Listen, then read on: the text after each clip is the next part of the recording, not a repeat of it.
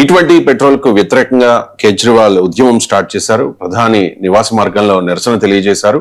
ప్రజలంతా కలిసి రావాలని కూడా కేజ్రీవాల్ పిలుపునిచ్చారు.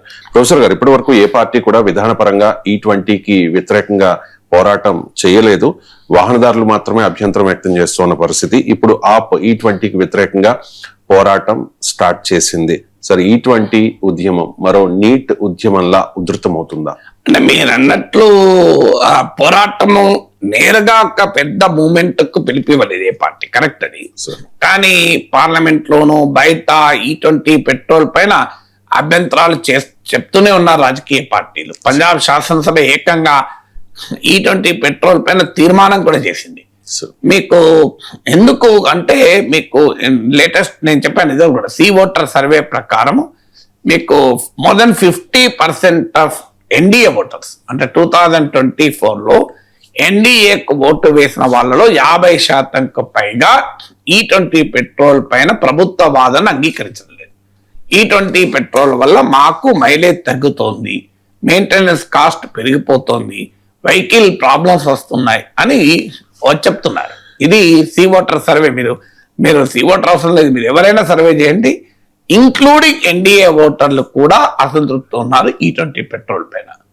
మీకు ఇటీవల కాలంలో నీట్ ఎగ్జామ్ ఒకటి, రామ మందిర విరాళాల దొంగతనం ఒకటి, UGC social justice guide lines ఒకటి, ఇలాంటి అంశాల పైన ఎన్డీఏ ఓటర్లే తిరగబడ్డారు. మీకు యూజీసీ గైడ్ లైన్స్ కంప్లీట్ గా ఎన్డీఏ ఓటర్లు, వేరేటోళ్ళు ఎవరు లేరు, ఈ ఎన్డీఏ ఓటర్లే తిరగబడ్డారు.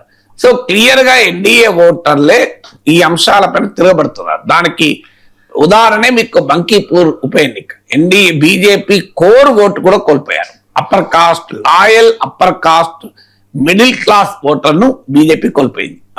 25%, 62% నుంచి పడిపోతే మోర్ దెన్ 25% ఓటింగ్ కోల్పోయింది. మామూలు విషయం కాదు. 52,926 52,900 పైగా ఓట్లతో నితిన్ నవీన్ గెలిస్తే మన 19,000 పైన ఓట్లతో ఓడిపోయారు. ఇది ఎలా సాధ్యమైంది? కోర్ ఓటు పోతే. అంటే బీజేపీకి ఓటు వేసిన వారిలో ఎథికల్ ఓటర్స్ చాలా మంది ఉన్నారు. అంటే కాంగ్రెస్ పొలిటికల్ కల్చర్ నచ్చక బీజేపీ ఓటర్లు అంతా హిందుత్వ ఓటర్లే కారు. బీజేపీ ఓటర్లలో ఒక గణనీయమైన భాగం కాంగ్రెస్ పొలిటికల్ కల్చర్, కాంగ్రెస్ దశాబ్దాల రాజకీయ సంస్కృతిని ఏవగించుకొని బీజేపీకి ఓటేశారు. కానీ బీజేపీ ఎందుకంటే పార్టీ విత్ డిఫరెన్స్ అని పిలిపివ్వడంతో, ఎందుకంటే అది బీజేపీ డైనాస్టిక్ పార్టీ కాదు. బీజేపీ అంటే ఒక క్లీన్ గవర్నమెంట్, క్లీన్ పాలిటిక్స్, ఒక డెమోక్రటిక్ గవర్నమెంట్ ఉంటుంది అనే ఆశతో ఎథికల్ ఓటర్ ఓటేశారు. ఈ ఇటీవల ఈ 12 ఏళ్ల అనుభవంతో ఏమైందంటే ఎథికల్ ఓటర్ బీజేపీకి దూరం అవుతున్నారు. ఎథికల్ ఓటర్ అంటే పార్టీ చేస్తున్న ఫిరాయింపు రాజకీయాలు, పార్టీలను చీల్చే విధానము, గవర్నర్లను ఉపయోగించుకునే విధానము, ఇష్టం వచ్చినట్టుగా ఇతర పార్టీల వాళ్ళని తీసుకుని పదవులు ఇవ్వడము, అవినీతి పనులను కూడా తీసుకుని వాషింగ్ మిషన్ లాగా మారడము, ఇవన్నీ చూసిన తర్వాత ఎథికల్ ఓటరు ఇవాళ కాంగ్రెస్ కు బీజేపీకి తేడా ఏముంది అని ప్రశ్నిస్తున్నారు. హిందుత్వ ఓటరు రామ మందిర విరాళాల చోరీ వల్ల హిందుత్వ ఓటర్ డిస్టర్బ్ అయ్యాడు. Upper caste voter UGC social justice నిబంధనల వల్ల డిస్టర్బ్ అయ్యాడు. మీకు నీట్ ఎగ్జామ్ పేపర్ లీక్ వల్ల educated middle class young voter disturb అయ్యాడు. E20 పెట్రోల్ వల్ల వీళ్ళందరూ డిస్టర్బ్ అయ్యారు. ఎందుకంటే E20 పెట్రోల్ అందరూ వాడతారు కదా. E20 పెట్రోల్ వాడని వాళ్ళు ఎవరు లేరు. E20 పెట్రోల్ సెక్యులర్ వాది వాడతాడు, హిందుత్వవాది వాడతారు. E20 పెట్రోల్ అప్పర్ కాస్ట్ వాడతారు, లోయర్ కాస్ట్ వాడతారు. E20 పెట్రోల్ 30 ఏళ్ళ యంగ్ పర్సన్ వాడతాడు, మీకు 60 ఏళ్ళ బూమర్స్ వాడతారు. జెన్జీ, మిలీనియల్స్, జెన్ఎక్స్, బూమర్స్, జనాల్ఫా వాడరు. కానీ జనాల్ఫాలు కూడా లైసెన్స్ లేకుండా నడిపి యాక్సిడెంట్లు చేస్తున్నారు. అందరూ E20 పెట్రోల్ వాడుతున్నారు కదా. So E20 petrol cuts across all sections.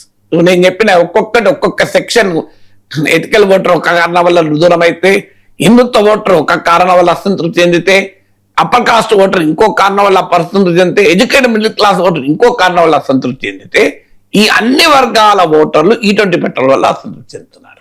అందువల్ల అపోజిషన్ దీంట్లో ఒక ఆపర్చునిటీగా భావిస్తున్నారు. ఆల్రెడీ కొన్ని యాక్టివిటీస్ మొదలయ్యాయి, మీకు జంతర్ మంతర్ల నిరసనలు.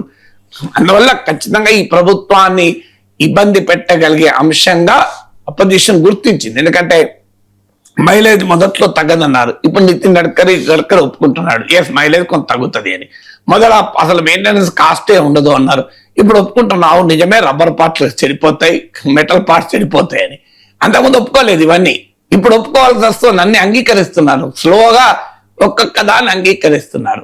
అందువల్ల డెఫినెట్ గా E20 పెట్రోల్ బీజేపీకి ఒక ఛాలెంజ్ ఉంటుంది. అయితే దానిపైన మరి మూమెంట్ నీట్ లాగా ఇష్యూ ఒక్కొక్కసారి ఒక్కొక్క రూపంలో ట్రిగర్ అవుతుంది, అన్ని ఒకే రూపంలో ట్రిగర్ కావు. ఎమోషనల్ గా స్పాంటేనియస్ గా వచ్చింది కదా ఈ కాక్రోచ్ ఉద్యమం. లేకపోతే కాక్రోచ్ ఉద్యమం లాగా ప్రతి ఒక్కటి స్పాంటేనియస్ గా ఒక ఉద్యమ రూపాన్ని సంతరించుకుంటుందని చెప్పలేదు. కానీ ఖచ్చితంగా ప్రజాభిప్రాయం మాత్రం E20 పెట్రోల్ పైన చాలా తీవ్ర వ్యతిరేకత ఉంది. బీజేపీ ఓటర్లు కూడా చాలా డిస్టర్బ్ అయి ఉన్నమాట నిజం.